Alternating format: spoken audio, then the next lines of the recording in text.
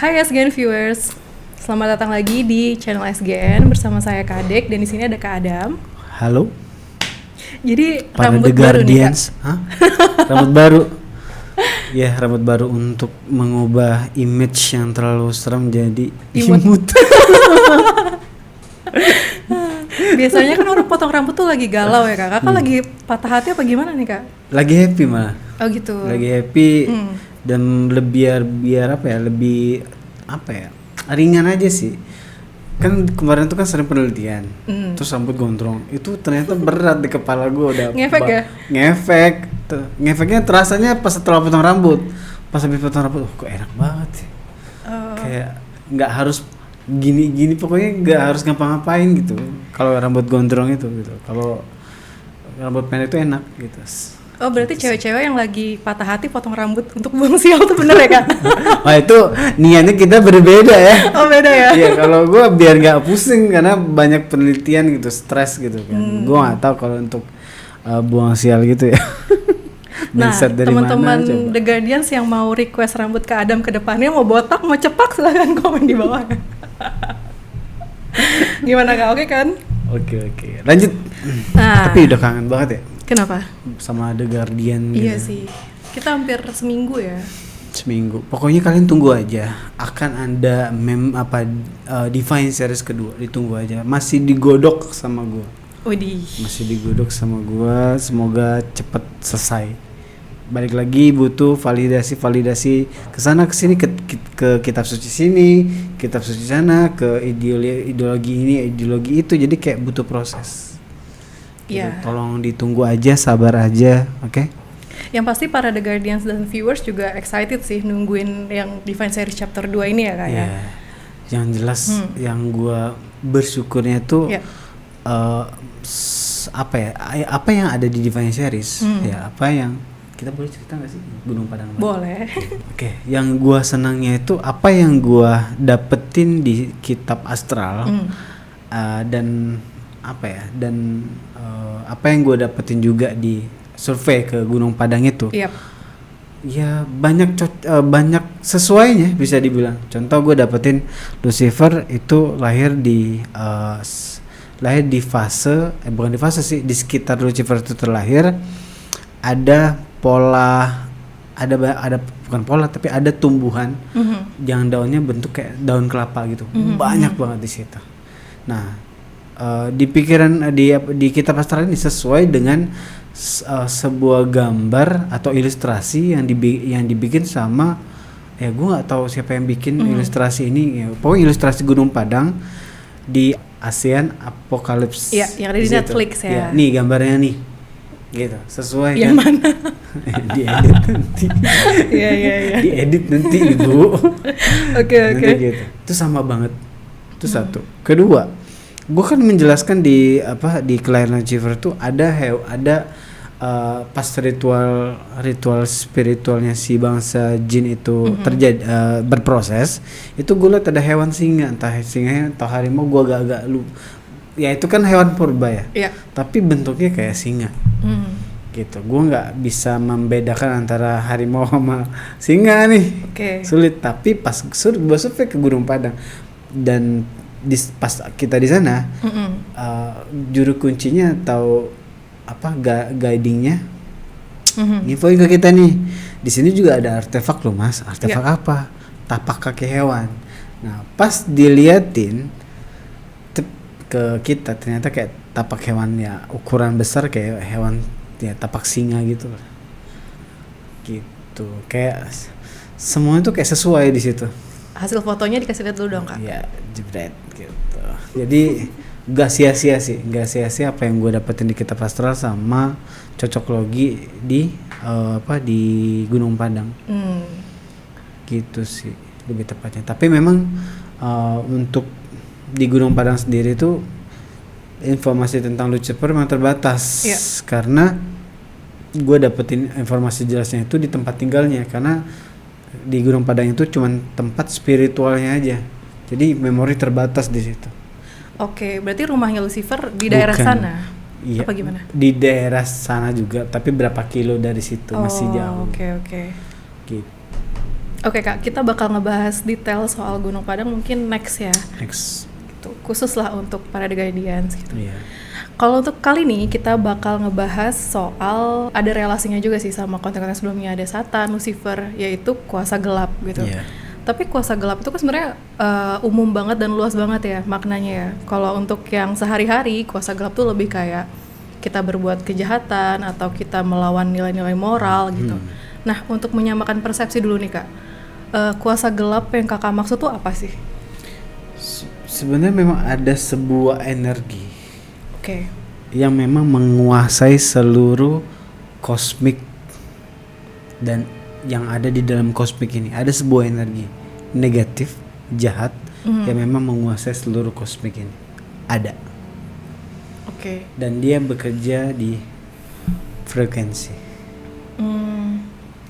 di situ. Tapi nanti gue jelasin di belakang. Gitu. Kita betternya gue akan jelasin sedikit tentang sistem kerja kuasa gelap dulu nih. Jadi jangan sampai kita jelasin panjang lebar tapi kita nggak tahu nih sebenarnya sistem kerjanya gimana. Ditakutkan kalian tahu hanya kuasa gelap tapi nggak tahu cara melawannya nih. Gitu. Jadi gue kasih tahu sistem kerja kuasa iblis dulu.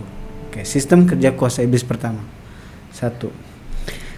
Tapi sebenarnya kita juga pernah bahas di konten kuasa gelap di konten sebelumnya. Jadi kalian lihat aja. Tapi di sini. Di sini. Tapi di konten ini gue pengembangan. Pengembangan. Jadi biar kalian tahu sebenarnya kuasa kan ada netizen yang komentar gini nih. Oke lah, kita disesatkan dan dimanipulasi oleh Satan, Kak. Yang jadi pertanyaan dia, terus yang menyesatkan Satan siapa? Iya. Itu di konten Satan ya. Satan. Nah, akhirnya yaitu gue akan memberitahu ada kuasa gelap yang menguasai kosmik. Gitu aja. Nanti gue jelasin di belakang. Itu semacam Tuhan yang mereka atau gimana tuh Kak? Gue nggak bisa nyebut dia Tuhan dari kuasa gelap itu sendiri atau? Gue belum bisa menjelaskan secara dia seperti Tuhan ke pihak mereka atau memang dikuasai secara harus dituhankan. Jadi kayak mereka tuh kayak boneka. Gue nggak tahu. Tapi yang jelas eksistensi kuasa gelap yang menguasai seluruh kosmik ini, jadi yang menguasai seluruh alam semesta ini. Gitu. Tapi kita akan bahas di belakang. Berarti masuk ke cara kerja mereka dulu gitu ya Kak ya. Sistem kerja kuasa gelap. Sistem kerja kuasa gelap tuh kita bagi menjadi 2 dulu nih. Pemahamannya. Kalau kita ngomongin kuasa gelap berarti hanya energi murni dari kuasa gelap yang menguasai alam semesta itu. Ya. Kalau kita menyebutkan eksistensi jahat, berarti eksistensi jahat ini juga dikuasai sama kuasa gelap. Jadi kuasa gelap ini udah menyatu dengan sebuah eksistensi. Ada 2 nih. Ada kuasa gelap yang murni, ada kuasa gelap yang sudah menguasai sebuah eksistensi. Ada 2. Gitu. Nah, sistem terangannya seperti ini. Kalau kuasa gelap itu baik sebenarnya sama aja sih. Kuasa gelap maupun eksistensi jahat gitu selalu menyerang di fase frekuensi manusia di saat dia berada di frekuensi 1 sampai 200. Gitu. Dia hanya berada di mereka hanya bisa bekerja dan mengotak-atik manusia di frekuensi itu aja, 1 sampai 200. Selebihnya dia nggak bisa. Gitu lah. Di frekuensi 1 sampai 200. Nah, di saat kita berada di dalam fase kuasa gelap, baik itu fase kuasa gelap inti atau ada eksistensi jahatnya, kita akan dimanipulasi perasaan manusia, diprovokasi negatif. Jadi kita akan diserang berdasarkan hati kita nih sama dia, diserang bisikan-bisikan negatif. Gitu, bisikan nasib seolah-olah bisikan hati kita nih. Gitu. Kalau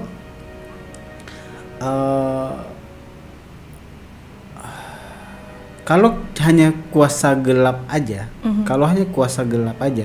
biasanya yang kita rasain itu cuman sedih. sedih tanpa mikirin apa-apa, kayak nggak happy. Kuasa gelap ini yang murninya ya, gitu, yang tanpa ada eksistensi.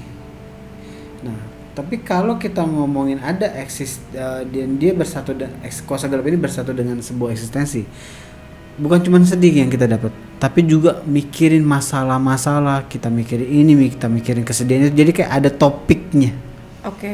Ada topik bisikannya. Jadi si kuasa gelap versi eksistensi ini dia akan membisikkan hal-hal negatif yang akan berdampak pada kita itu akan menjadi stres. Karena pola pikir kita lebih melihat dari sisi negatif atau kekurangan diri kita aja nih. Itu yang gue tahu. Nah, serangan-serangan provokasi negatif ini karena seolah-olah kita kan down dong. Iya. Kita kan down. Pas kita down itu ya apa ya? Oke, di saat kita down, kita akan terus berada di frekuensi terbawah. Yang bisa dibilang mereka bisa lebih bekerja lagi nih terhadap kita. Poinnya di situ. Kalau kakak ngomongin frekuensi ya kak, kan berarti buat teman-teman yang nggak tahu juga di frekuensi yang bawah itu kan ada kayak kemarahan, kesedihan gitu ya. Nah, berarti memang di suatu kondisi pada saat manusia ada musibah misalnya, mereka memang di low vibration gitu. Nah, dengan adanya eksistensi yang lain itu memperparah gitu maksudnya. Iya, memperparah, bener banget. Jadi dari sedih malah bisa menimbulkan hal yang lain, kayak ada tindakan yang mungkin nggak benar atau ada bunuh diri atau segala macam. Lebih ke situ ya kayak. Lebih ke situ. Jadi kuasa gelap murni ini lebih ke kayak kita sedih, tapi sedih hampa. Benar. Tapi nggak ada topik masalahnya. Tapi kalau kita ngomongin serangan eksistensi jahat ini, kita tuh akan dibisikin ada topik-topiknya, karena eksistensi jahat ini akan menghack semua data memori kita yang pada akhirnya dibacain ulang dah tuh. Dulu lo kecil pernah di KDRT-in. Lu pernah diginiin, lu pernah digituin, yang pada akhirnya tuh membuat lu makin sakit hati. Jadi kayak dia mengulangi atau mengingatkan semua kejadian-kejadian pahit yang sebenarnya otak lu udah nggak mau mikirin itu, tapi hati lu ngomong terus. Ya balik lagi, itu kalau orang nggak sadar, dipikirin hatinya sendiri. Padahal kalau dia sadar secara spiritual, itu bukan kita. Itu adalah bisikan iblis tadi. Karena bisikan iblis dengan bisikan hati itu 11-12 hampir sama. Polanya gitu, hampir sama. Walaupun sama tetap kelihatan berbeda gitu. Berarti seperti kayak gelombang radio atau frekuensi itu kan kalau kita lagi connect sama energi negatif, berarti kita bisa dipengaruhi gitu. Iya. Kalau kita lagi nggak di frekuensi itu, kita nggak bisa dipengaruhi apa gimana tuh kan? Iya. Kalau cocok baru connect gitu ya. Gitu. Jadi kita harus di saat kita memasuki frekuensi kuasa gelap, udah kita bebas tuh dia mau apa-apain. Iya. Gitu kan? Makanya di saat kita lagi ngedown atau sedih atau segala macam, kita banyak ini ya. Menguatkan hati gitu kan? Apa gimana tuh? Lebih ke ikhlas. Ikhlas. Oke. Doa gitu ya. Segala macam. Oke. Pokoknya solusi di belakang kita bahas. Oke. Nah, polanya gitu. Yang jelas intinya gini. Menarik. Gue tegasin, semua konsep kuasa gelap ataupun eksistensi iblis itu nggak bisa nyerang otak. Karena otak bekerja dengan sistem 5 indera. Maka itu berpikir pakai otak tuh aman. Gitu. Dan memang untuk mikirin semua masalah pun memang speknya di otak, bukan di hati. Jadi kalau kalian mikirin pakai hati, udah pernah gue jelasin ya, cuma boleh mikirin 3 hal: nilai ketuhanan, kebaikan, cinta kasih. Selebihnya nggak boleh, karena hati memang nggak diciptakan sama Tuhan untuk mikirin masalah, nggak ada. Pokoknya di situ. Jadi jangan coba-coba mikirin masalah pakai hati. Gitu. Dan sistem kerja iblis itu hanya berpengaruh lewat hati manusia. Oke. Makanya kalau orang terlalu sering menggunakan hati dalam berpikir, itu pasti bawaannya mikirnya negatif aja, bukan positif. Tentang inilah ketakutan masa depan, ketakutan itu segala macamnya. Balik lagi, dia memasuki frekuensi kuasa gelap. Betul gak? Makanya kita nggak harus jarang-jarang pakai ini. Kita pakai ini kalau dibutuhin aja. Itu versi benar. Kita lanjut sistem kerja kuasa gelap yang kedua. Oke, kuasa gelap kedua itu yang poin kedua. Sistem kerja kuasa gelap, dia juga bisa menyerang kekebalan tubuh manusia yang lemah dengan virus dan bakteri. Nah, di saat seorang memasuki wilayah frekuensi kuasa gelap, otomatis imunnya pasti turun. Di saat imun bisa turun, dan kalau serangan itu juga membawa sebuah eksistensi atau sebuah tokoh, kita sebut jin atau iblis tadi, makin lemah lagi. Kenapa? Karena eksistensi atau jin atau iblis ini, anatomi tubuh mereka itu mengandung virus dan bakteri. Gitu. Kebayangkan di saat imun turun gara-gara kuasa gelap, tahu-tahu jin masuk nih membawa virus dan bakteri ke dalam tubuh kita. Maka itu di saat tubuh kita tubuh kita lemah terus ada virus dan bakteri, terjadilah penyakit. Kenapa gue bilang anatomi tubuh jin atau iblis itu mengandung virus dan bakteri? Karena contoh kasus orang kesambet atau anak kecil kesambet, gue nggak tahu kalian pernah ngalamin fase ini atau enggak, atau circle kalian pernah atau enggak. Jadi kalau orang kesambet, yang terjadi itu dampaknya pasti kalau nggak demam, mual, muntah. Itu. Kenapa? Ya balik lagi, mual dan muntah atau demam itu adalah reaksi alami tubuh manusia dalam melawan virus penyakit yang mau masuk dari luar ke dalam tubuh manusia. Di situ. Menarik. Makanya di saat terjadi konsep santet atau gangguan astral itu, makanan cepet basi. Kalau ngomong persaingan di tempat dagangan makanan gitu, makanya cepet basi. Karena ada efek virus dan bakteri di situ sebenarnya. Oke. Menarik deh Kak. Aku tuh pernah baca soal, mungkin teman-teman yang lain udah pernah baca juga. Jadi kayak ada faktor makanan untuk meningkatkan energi atau frekuensi dari tubuh manusia gitu misalnya. Jadi ada makanan-makanan kayak misalnya junk food atau misalnya kayak yang kalorinya tinggi, itu tuh bisa menurunkan energi atau frekuensi kita gitu. Nah, apakah di sana itu ada faktor dari yang Kak bilang virus dan bakteri juga, itu faktor yang lain, dua hal yang berbeda atau gimana tuh Kak? Sebenarnya berbeda sih, itu masuk ranah yang masih rasional bisnis sih sebenarnya. Iya. Rasional bisnis, nggak bisa dihubungkan. Makanan yang nggak sehat itu bisa membuat tubuh kita jadi cepat sakit atau misalnya.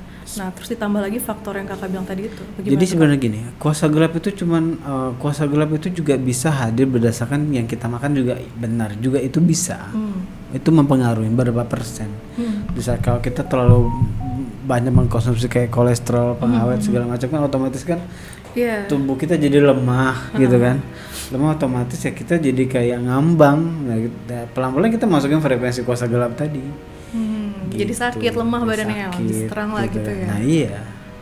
Jadi memang ya baik itu yang kita pikirkan, baik itu asupan yang makan dari yang kita makan juga memang harus diperhatiin sih. Itu benar sih. Gitu. Menarik. Oke. Sip. Kita ke poin ketiga. Jadi gini, kita ngomong eksistensi kuasa gelap ya. Jadi kita ngomongin eksistensi sekarang, eksistensi kuasa gelap atau kita sebutnya jin atau iblis. Oke. Dia ini di saat dia nggak berhasil menyerang, misalkan mereka sudah menargetkan kita nih sebagai orang yang memang harus ditargetkan mereka, baik itu secara mau jadi ke depan mau jadi alat atau korban ya suka-suka mereka. Tapi di saat mereka menargetkan dan di saat itu dia nggak berhasil mengalahkan kita dari dalam diri kita, dia pasti akan mengincar kita dengan cara tetap akan mengincar kita, tapi menghancurkan kita lewat di luar dari badan kita atau melalui orang lain atau manusia lainnya. Gimana tuh Kak maksudnya? Jadi si kuasa gelap ini akan menguasai orang-orang untuk manusia lainnya untuk menjadi alat yang pada akhirnya alat ini akan menghancurkan kita nih, yang kita di fase sebenarnya mentalnya kuat walau berada di kuasa gelap, tapi karena mental kuat nggak pengaruh gitu kan. Nah, tapi orang-orang ini akhirnya, tapi balik lagi politik jin dan iblis tadi kan, mereka tahu nih menyerang orang kayak gini mah lewat luar. Yaitu orang lain, entah pasangannya sendiri, entah dari orang tuanya sendiri, entah dari saudara gitu, atau dari anaknya sendiri, yang pada akhirnya itu kayak orang tersebut bisa hancur lewat orang lain. Ngerti gak? Jadi kayak contoh kayak misalkan apa ya, misal contoh kayak si A, Tony. Tony ini dia punya banyak masalah, tapi karena mentalnya kuat ya udah dia cuek aja gitu kan, ya kan? Dia cuek aja. Pada akhirnya eksistensi kuasa gelap ini tetap nargetin dia dengan cara dia membisikkan ke pasangannya dia untuk untuk ada keributan lah, masalah-masalah. Pada akhirnya si Tony ini biar down, gitu kan? Orang-orang terdekatnya terdekatnya, atau enggak keluarganya, atau enggak siapa yang pada akhirnya dia makin down dong gitu, ngerti kan? Nah kalau enggak ya di tempat kerja misalkan dia udah kerja gitu di sebuah Tony ini udah kerja di kantornya. Nah tiba-tiba banyak orang yang gak suka sama dia, gitu. Poinnya di situ. Tapi beda dengan konsep The Guardians ya, orang-orang yang terpilih jadi support system Tuhan nih. Kita sebutnya kan biasanya The Guardian. Berarti The Guardians ini support system Tuhan nih? Ya, iya dong. Karena The Guardian ini beda nih. Nah kalau The Guardian ini memang manusia-manusia yang ditugaskan nih, ditugaskan untuk menjadi support sistemnya Tuhan dalam menstabilkan kejahatan di muka bumi ini. Nah itu tuh perbedaannya tuh gimana Kak? Nah bedanya di timeline-nya, setahu kadang timeline-nya. Kalau orang-orang The Guardian ini biasanya terlahir itu dari lahir aja mereka udah banyak masalah. Aneh kan, banyak masalah dari kecil, masalah aja gitu. Padahal mereka nggak ngerasa ngapa-ngapain. Terus para The Guardian sih memang mempunyai mental yang kuat, tapi masalah aja gitu. Dan yang udah masalah, tapi mereka tuh kayak harus bertanggung jawab dengan banyak hal. Poinnya di situ. Nah, tapi ini bukan please jangan menghakimin Tuhan juga gitu, karena yang membuat itu terjadi sebenarnya bukan Tuhan. Jadi kalian para The Guardian di sini ini dihalangi sebenarnya oleh para eksistensi jahat untuk si support system ini gagal dalam proses bertugasnya sebenarnya. Ya di saat dia support system ini gagal atau The Guardian ini gagal, ya pada akhirnya jatuh ke lubang hitam nih. Dalam bentuk apapun, entah dia akhirnya menyerah ujungnya bunuh diri, kalau enggak tuh dia melakukan kejahatan yang harusnya berbuat kebaikan tapi melakukan kejahatan. Pokoknya ada yang kayak gitu. Jangan salah gitu. Salah satu beberapa psikopat yang pernah gue baca, kasus-kasus psikopat yang pernah gue baca, sebenarnya The Guardian ya. Tapi karena mereka gagal sama cobaan-cobaan itu ya. Iya. Ada juga The Guardians yang pengen bunuh diri, ada, karena udah nggak kuat gitu. Tapi karena mereka nggak sadar sebenarnya. Balik lagi karena nggak ada yang tahu. Tapi akhirnya gue cari tahu, memang ada sistem support system Tuhan itu. Tapi kitanya nggak sadar. Nah sekarang gue kasih tahu, kalau kalian merasa hidup kalian dari dulu sial banget dari kecil nih, bahkan udah ngomong dari SD sekali gitu, kalian hidup kalian susah banget. Masalah-masalah terus sampai kalian dewasa sampai sekarang gitu. Fix lu pasti The Guardian gitu. Kenapa? Iblis atau eksistensi manapun gak akan ngebiarin lu berhasil dalam proses tugas menjadi support system Tuhan. Lu gak akan dibiarin. Gitu. Karena kuasa gelap memang ingin bumi ini penuh dengan kejahatan, supaya baik itu kejahatan dari orang yang masih hidup maupun orang yang udah meninggal, ya, maupun makhluk hidup lainnya. Yang jelas supaya kejahatan itu makin banyak. Di saat makin banyak, akhirnya terbentuklah sosok yang sebenarnya dari kuasa gelap itu sendiri. Itu targetnya, tujuannya. Tujuannya sebenarnya di situ. Gitu. Makanya para The Guardians yang lagi banyak masalah jangan berkecil hati ya Kak ya. Iya. Kalian harus sadar kalau misalnya memang lagi dibentuk ke arah situ dan lagi diuji juga gitu maksud Kakak. Pokoknya gini, saran Kak gua adalah kalian langsung balik ke Tuhan. Ini kunci utama kalian. Di saat kalian percaya akan Tuhan dan dekat ke Tuhan, itu kalian dipegang kuncinya. Tinggal proses buka gemboknya aja. Di saat buka gemboknya, lu kebebas tuh dari penjara kuasa gelap itu. Atau istilah kasar serangan dari para eksistensi kuasa gelap yang menghalangin kalian para The Guardians untuk bertugas, bisa dibilang. Jadi kalian jangan merasa kayak kok yang jelas para The Guardian ya harus lepas sih dari penjara kuasa gelap itu sih. Gitu, kalau enggak kalian akan terus diincar sampai kalian nggak ada, sampai kalian gagal lah. Itu sih dari gue pribadi. Ada nggak sih Kak kayak clue-clue untuk para The Guardians yang lagi mungkin ngedown atau segala macam dan mereka sebenarnya lagi di berusaha untuk diserang sama kuasa gelap gitu? Apakah ada clue-clue dari yang di atas? Intinya harus sadar sih, sadar. Pokoknya sesadar-sadarnya bahwa di saat kalian di fase itu bukan Tuhan yang melakukannya, itu kuasa gelap. Jadi kalian harus sadar bahwa ada kuasa gelap yang lagi menguasai kalian nih. Karena kemenangan pertamanya kuasa gelap yang ada eksistensinya tadi, kemenangan pertamanya dia adalah para The Guardians itu nggak yakin atau nggak percaya bahwa ada iblis nih di diri gua nih. Atau yang berusaha nyerang dia. Iya, dia nggak percaya. Padahal jelas-jelas Tuhan udah ngomong, iblis musuh terbesar manusia. Dia nggak percaya. Harusnya percaya kan. Di saat kalian nggak percaya, itu kemenangan pertama iblis loh. Jadi jangan biarin itu. Jadi kalian harus sadar di saat kalian di situasi kok sialnya berkelanjutan tuh, kok hidup sial terus. itu bukan apa ya? Itu bukan sistem kerja yang Tuhan kasih sebenarnya gitu loh. Bukan normalnya kehidupan manusia, jujur gue udah kebebas. Gue pernah di fase itu kok, gue tahu gitu loh. Jadi intinya di saat kalian bisa lepas, hidup kalian bisa tenang. Jujur ya, semua aspek hidup kalian akan membaik.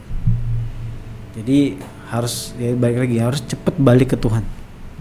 Itu kunci kalian di situ. Kalau kalian nggak balik ke kunci ini ya susah, semua akan jadi buruk sampai kalian nggak ada, sampai kalian ya gagal, intinya kayak gitu. Pokoknya para The Guardians jangan suka menyamakan hidup kalian sama kehidupan orang lain, salah. Karena kalian hidup itu untuk bertugas nih, berarti Tuhan sudah percaya sama kalian nih. Kita nggak bisa menyamakan hidup kita kayak manusia yang lainnya. Itu yang gue rasain. Jadi gue nggak bisa jadi siapapun yang kayak hidup bebas, tenang gitu kan, kayak nggak mikirin apa-apa, family time banget, itu nggak bisa. Gue nggak bisa. Gue udah coba, ada aja halangannya.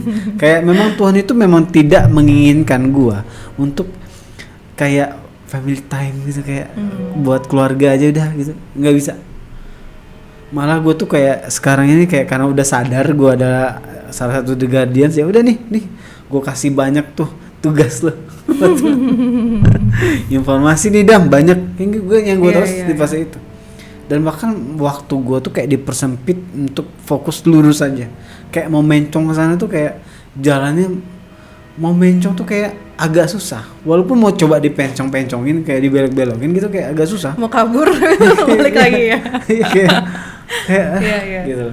Itu kalau nggak guanya mau belok, ya hati gue kayak males. Kalau nggak males tuh kayak bukan gue banget dah gitu. Gitu sih intinya. Jadi pokoknya kalian jangan mencoba menyamakan hidup kalian sama orang lain, percuma. Kita pada The Guardians itu harus sadar diri aja, intinya kita bertugas. Kita nggak bisa menyamakan kita sama orang lain yang hidupnya memang untuk penebusan ya dosa mereka mungkin. Kakak kan tadi bilang mereka itu pingin lama-lama semua manusia yang ada di bumi atau eksistensi yang ada di bumi itu masuk ke kuasa gelap gitu. Tujuannya adalah untuk membangkitkan satu eksistensi yang kakak bilang apa tadi tuh? Mungkin bisa dijelasin lagi? Maksudnya gimana? Ya jadi memang tujuan dari kuasa gelap ini memang meningkatkan kejahatan atau dosa di bumi ini meningkat. Oke. Yang pada akhirnya di saat dia meningkat dan sampai di titik sesuai dengan kebutuhan dari kuasa gelap itu sendiri dalam membentuk sebuah eksistensi tokoh yang sebenarnya. Oke, tokoh yang sebenarnya bukan Satan atau Lucifer. Bukan. Jadi sebenarnya tokoh Satan, Lucifer, jin iblis yang selama ini kita tahu sebenarnya alat. Sebenarnya adalah alat dari si kuasa gelap itu. Sebenarnya kuasa gelap itu jujurnya gue namain dia lebih enak kali ya. Kita namain kuasa gelap yang selama ini kita bahas tuh ya sebut aja namanya The Monster ya. Jadi The Monster inilah yang menguasai seluruh kejahatan yang ada di kosmik ini. Yang ada di alam semesta. Iya. Dialah The Monster ini. Dan The Monster ini bekerja berdasarkan frekuensi tadi yang gue bilang. Yang paling gue bisa mempengaruhi. Dia bisa berpengaruh di saat kita masuk ke frekuensinya dia. Frekuensinya dia tuh di yang gue tahu, yang gue teliti sementara waktu ya, masih berada di 200 sampai 1 sampai 200 Hz. Di situ. Jadi The Monster inilah musuh yang sebenarnya nih. Gitu. Dan gue rasa ya gue nggak bisa, gue bingung ya nyebutin. Tadi mau nyebutin kelamin tapi kayaknya nggak usah. Hah? Emang dia? Gue curiga dia Laki-laki dia bergender sih, bergender. Kenapa kakak bisa mikir kayak gitu? Karena setiap makhluk tuh kayak ada cewek cowoknya gitu. Gendernya apa? Cewek. Susah memang dijelaskan dengan kata-kata. Karena semua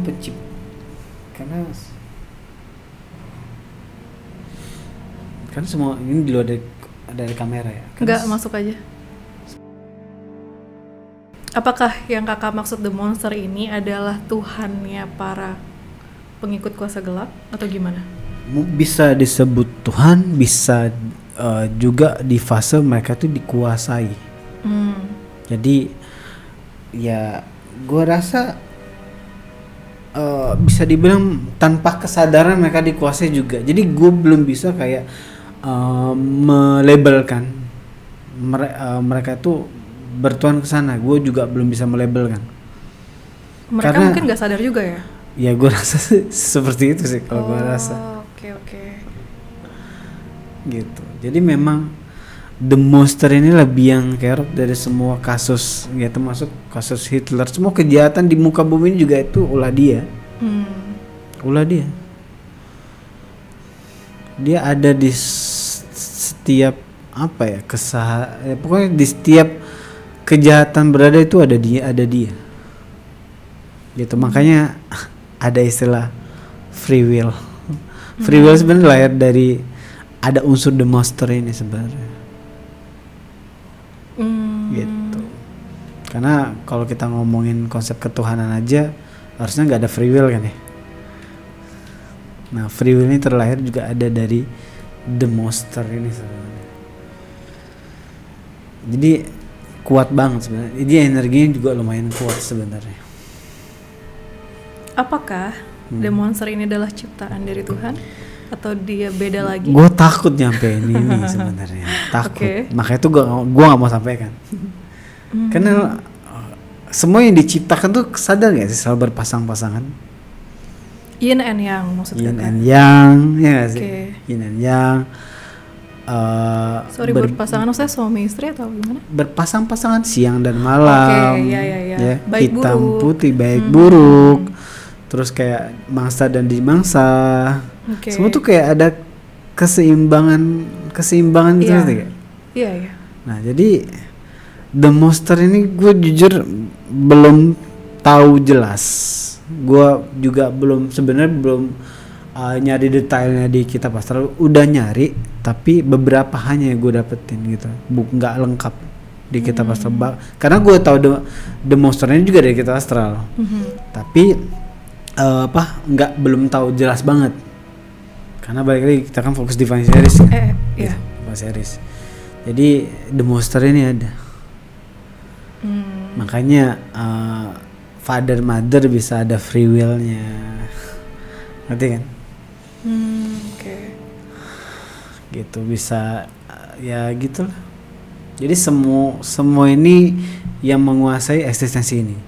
Nah, gue nggak tahu Jadi yang jelas eksistensi ini harus diundang, harus terbentuk berdasarkan kejahatan atau dosa yang sudah banyak terkumpul, baik itu yang sudah baik itu yang sudah frekuensi orang yang udah meninggal maupun frekuensi dosa bukan frekuensi energi orang yang udah energi dosa orang yang meninggal sama orang masih hidup itu di saat udah terkumpul maka terbentuklah sebuah eksistensi kuasa gelap yang sebenarnya.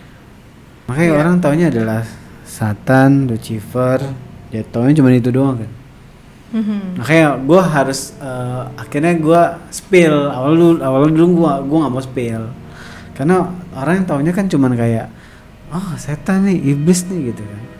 Sebenarnya mereka itu juga cuma alat aja sebenarnya, alat yang memang sudah dikuasai gitu yang mereka memang nggak bisa nolak gitu loh.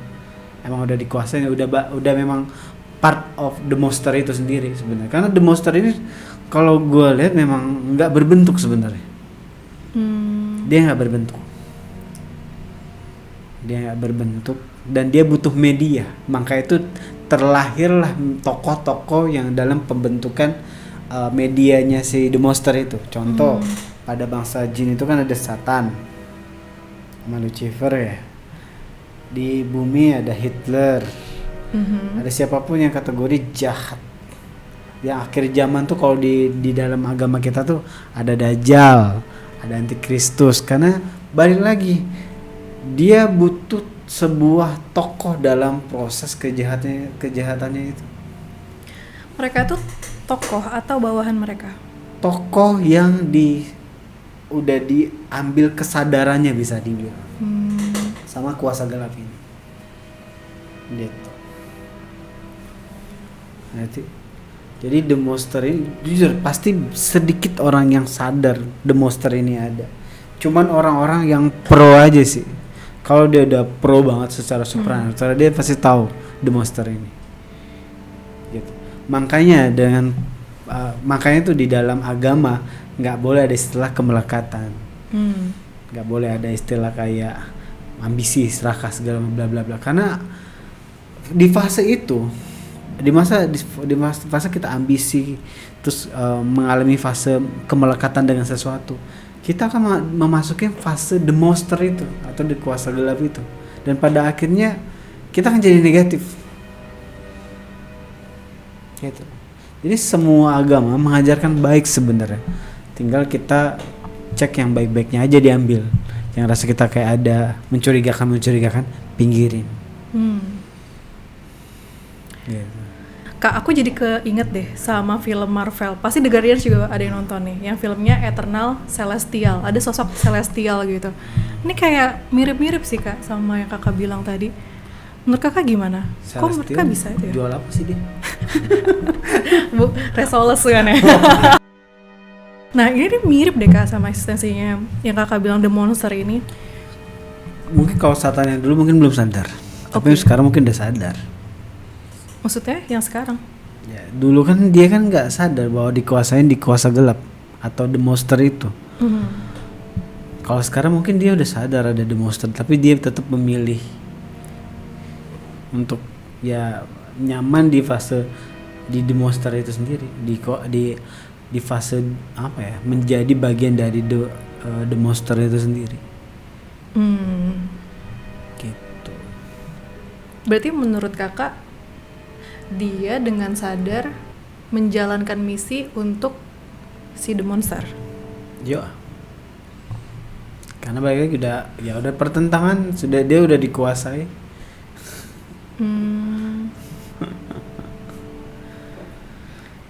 Pokoknya jadi intinya gini, Satan, Lucifer, siapapun itu ya tetap jadi tokoh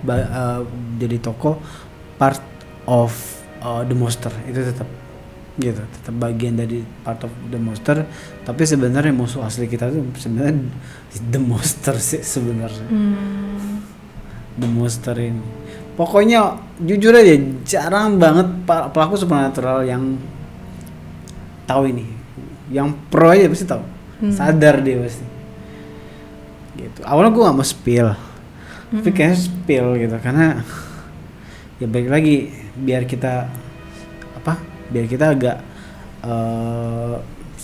di saat kita sadar tuh kita kayak bisa untuk memperbaiki diri kita lah, gitu sih.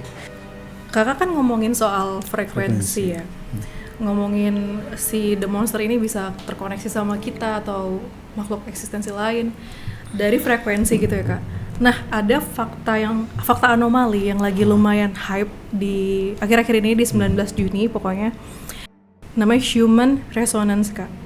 Nah, jadi tuh di tanggal 19 Juni kemarin ada perubahan yang signifikan. 19 Juni 2023. Terus? Jadi yang harusnya gelombang standar manusia di saat tidur atau saat relax itu tuh di sekitar 7,83 Hz. Dari 7,83 Hz jadi 190 Hz ini Kak. Itu apa ya, drastis banget sih, 7,8 ke 100 Hz itu kayak. Iya. Dan sebenarnya gue nggak terlalu paham maksudnya gimana. Akhirnya gue nanya teman dekat gue si Dwi untuk ngejelasin maksudnya gimana. Jadi mungkin jadi gue nanya teman gue namanya Dwi, kebetulan dia lulusan elektro di UI. Jadi aku nanya-nanya ke dia maksudnya human resonance ini apa. Jadi ini jawabannya dia. Jadi human resonance itu kayak getaran alam semesta lah, ada yang bilang detak jantung bumi gitu. Intinya itu tuh adalah frekuensi low frekuensi bumi di atmosfer, itu yang diterima sama bumi. Kalau nggak salah frekuensi itu di 7,83 Hz, ditemukan oleh Schumann, makanya namanya human resonance. Nah, frekuensi itu tuh di 7,83 dikenal dengan punya frekuensi yang sama dengan gelombang otak manusia. Ketika otak manusia itu ada di kondisi alpha kalau nggak salah namanya, ketika kita tidur, ketika kita relax gitu. Jadi ada beberapa penelitian yang katanya perubahan di human resonance bumi itu bisa impact ke kehidupan kita sehari-hari, gimana kita beraktivitas, gimana kita tidur. Nah, kemarin di tanggal 18 itu katanya ada perubahan signifikan di human resonance di tanggal 18 Juni. Katanya yang dari... Nah, terus anomali yang perubahan human resonance ini yang jadi 190 Hz ini tuh bisa digambarkan secara 3 dimensi dan juga bisa diubah jadi suatu sound atau suara, yaitu yang ada di TikTok tadi. Kurang lebih seperti itu suaranya. Terus karena penelitian sebelumnya menganggap bahwa human resonance dapat mempengaruhi kehidupan manusia, akibatnya ini lagi rame banget gitu. Tapi impactnya anomali ini belum tahu pasti gitu, karena baru aja kan terjadi tanggal 18 Juni. Nah, itu dia penjelasan dari Dwi. Langsung aja kita balik ke video lagi. Itu tuh kenapa ya? Maksudnya kan itu ada hubungannya dengan energi, frekuensi. Nah, gue juga baru tahu tuh. Iya, dan belum pada tahu juga karena emang baru juga kan, tanggal 18 atau 19 Juni lah. Dan itu sebenarnya ya perubahan frekuensi yang seperti itu ya setahu gue sih agak berdampak juga nih. Iya. Kan? Benar, manusia gitu, yang tadinya ya ada pasti akan berdampak, tapi gue nggak tahu yang terjadi sekarang ini ya. Dan itu terjadi di wilayah mana? Itu terjadi di wilayah mana aja? Di bumi. Jadi dia mempengaruhi pola tidur, suasana hati kita, juga tingkat energi kita tuh Kak. Dengan meningkatnya yang human resonance itu Kak, berarti kan ada peningkatan secara frekuensi di manusia-manusia yang ada di bumi gitu ya Kak ya. Nah, itu cocok lagi aku aja sih sebenarnya. Nah, menurut kakak sendiri gimana? Oke, ke peningkatan spiritual pasti ya. Karena jujur ya, banyak banget manusia udah peka bahwa kita ini udah masuk akhir zaman. Nah, dengan kondisi kita masuk akhir zaman ini kan banyak yang orang sadar dengan nilai ya, dengan kebangkitan spiritualnya dia udah mulai banyak sadar kok gitu.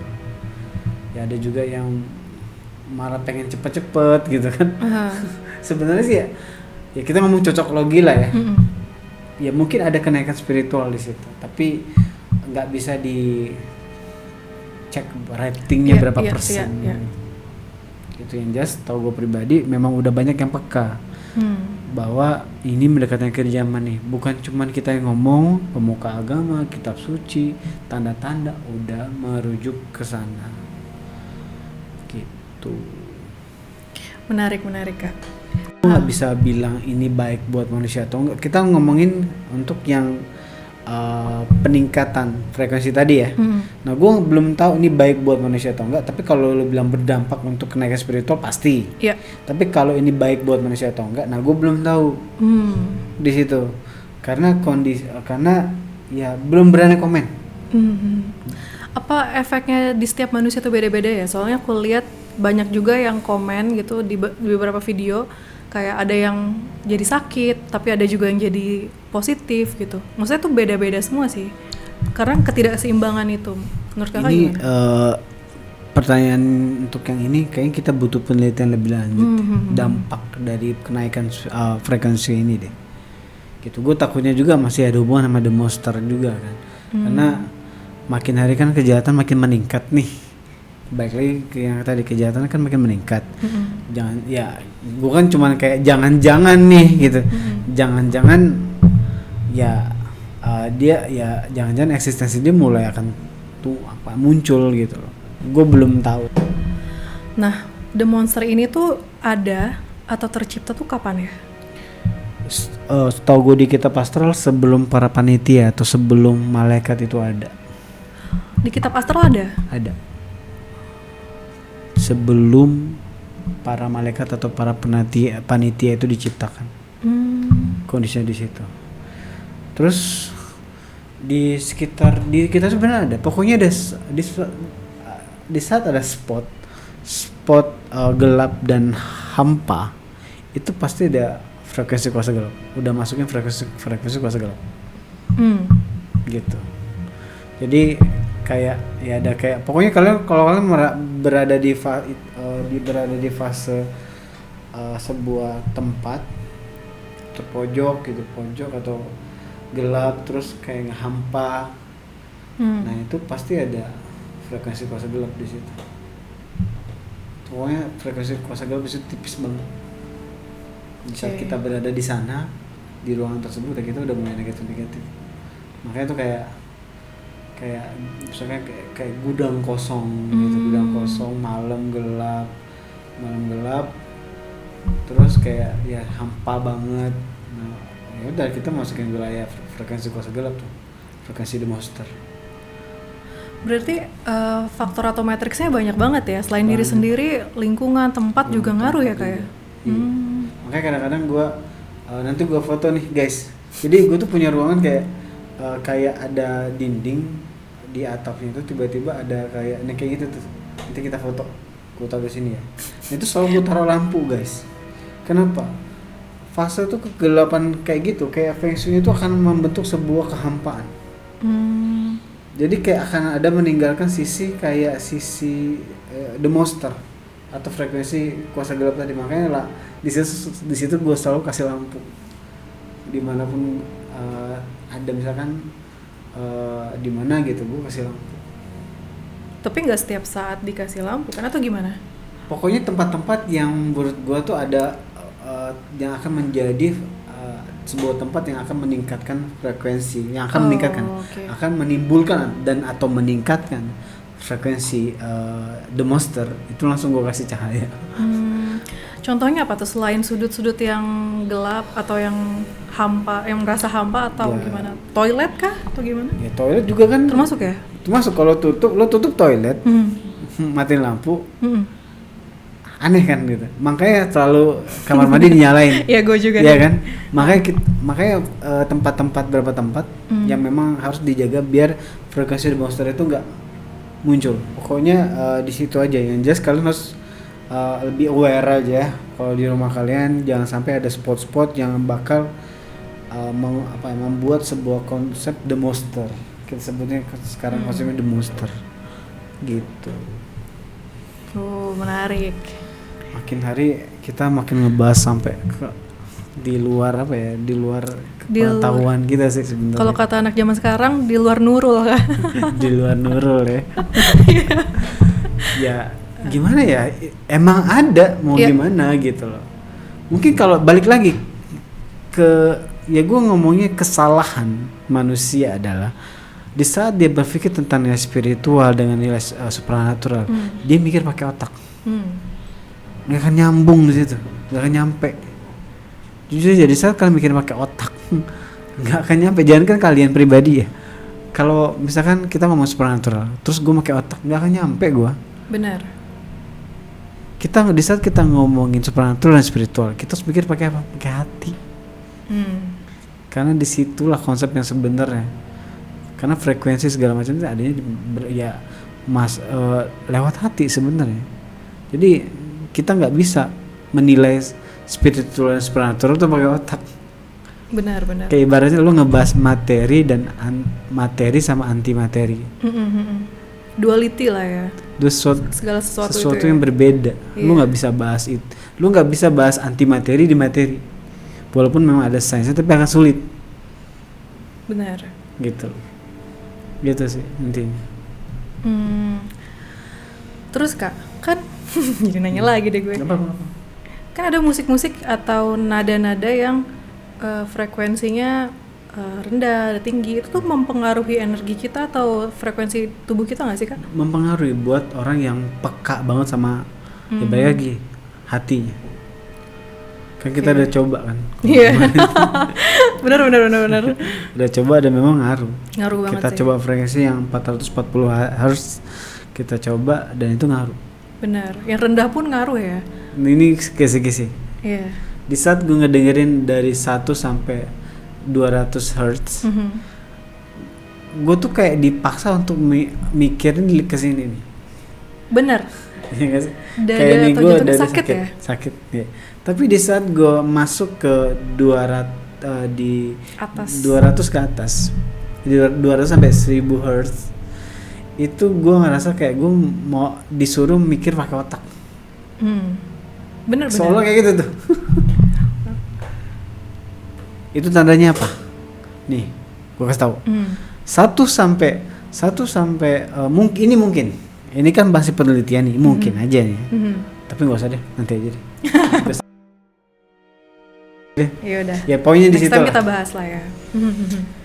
Berarti sih, gimana Kak? Kalau misalnya kita lagi dalam kondisi yang ngedown atau sedih, kita dengerin nada-nada yang tinggi, itu bisa ngebantu ya?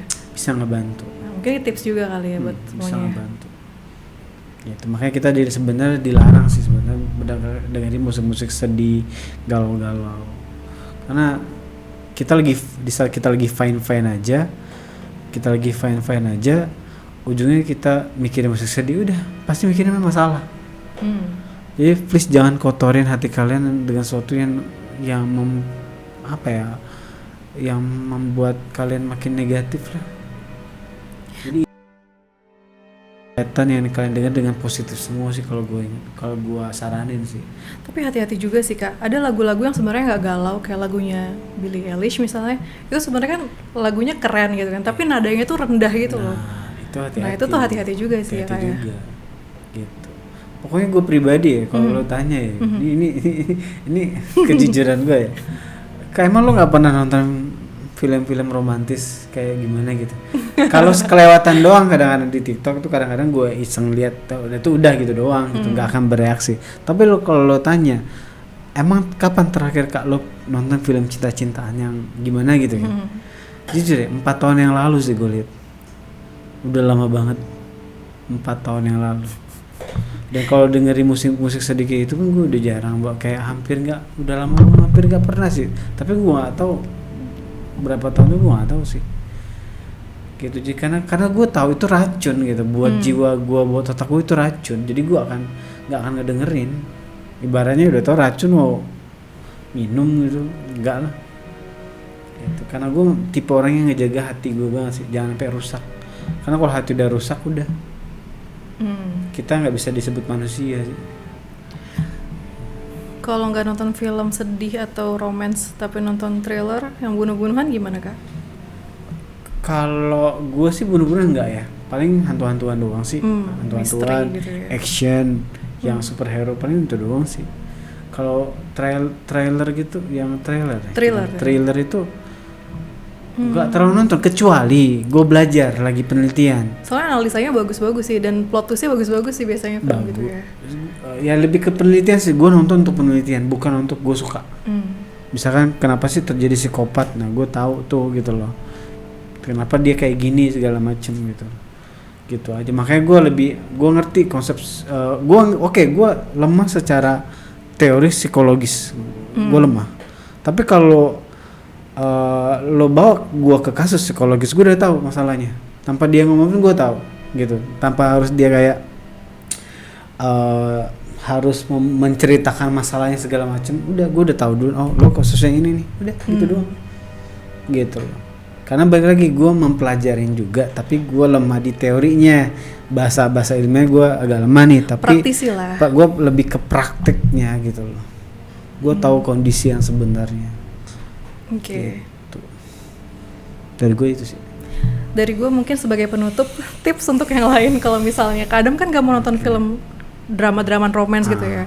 Mungkin boleh nonton drama atau romance tapi yang happy endingnya. Jadi yang endingnya happy, senang gitu kan. Gak apa-apa dong, gak apa kan? Ya itulah. Masing-masing pribadi ya, itu gak bisa dipaksakan ya. Kalau gue sih kan memang drakor loh. Ya. Ya itu masing-masing. Just intinya kalau gue sih nggak mau ngotorin sedikit pun kalau gue pribadi gitu loh, kayak ya ngapain kalau gue kayak udahlah biarin aja Kak Adam gak mau. Kalau gitu tutup aja kali ya Kak. Ya, oh kita belum bahas solusinya. Oh iya benar juga. Oke, tambah sedikit. Yang jelas solusi untuk di saat kita berada di kuasa gelap yang tadi ya. Ya di fase kuasa gelap. Yang penting kita beriman banget. Iman tuh penting banget. Karena kita biar punya pegangan nih. Di saat tuh berpikir tentang motivasi tapi lu nggak ada pegangan hidup, ya udah itu kan sulit. Pegangan hidup kita ke Tuhan. Itu yang akan bisa meyakinkan diri kita untuk keluar dari zona kuasa gelap tadi. Kedua, jangan pakai hati dan berpikir atau mikirin masalah. Jangan, pakailah otak. Oke, jadi gunakan atau manajemen hati dengan baik. Gitu. Yang ketiga, banyak-banyaklah mensyukurin apa yang udah kita punya, apa yang udah dikasih Tuhan tuh banyak-banyak bersyukur. Poinnya di situ.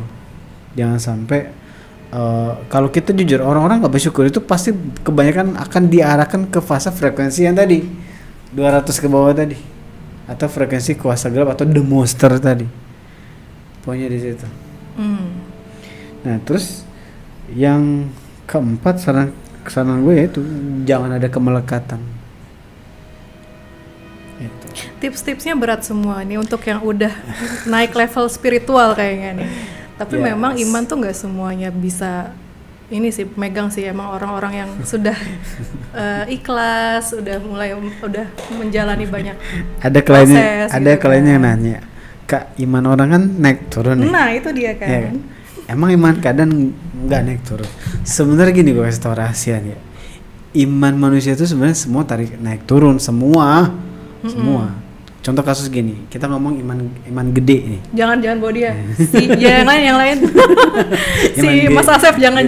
Si ini aja deh, yang lain deh. Oh iya gue lupa. Oke, kita ngomong imannya Asep. Iya. Gitu. Jangan yang orang sini deh, pakai bohongan aja. Mawar kayak mawar. Iya, mawar. Oke. 3, 2, 1. Enggak apa, lanjut aja, lucu tau. Ya udah. Oke, masuk.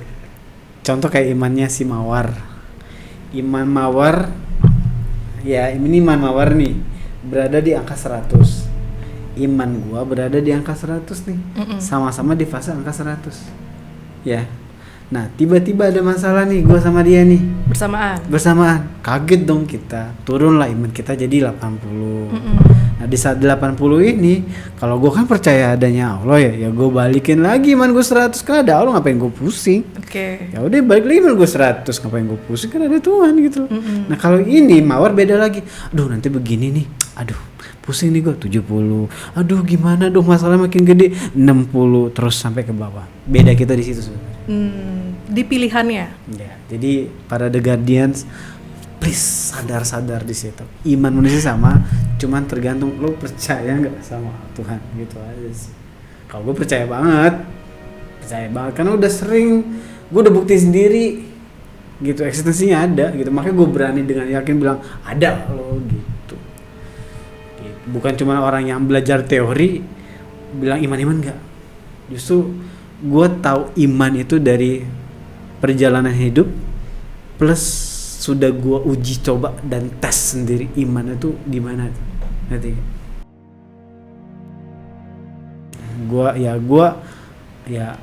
Gue saranin ya belajar untuk percaya bahwa adanya Tuhan gitu. Oke. Dari gue cukup sih.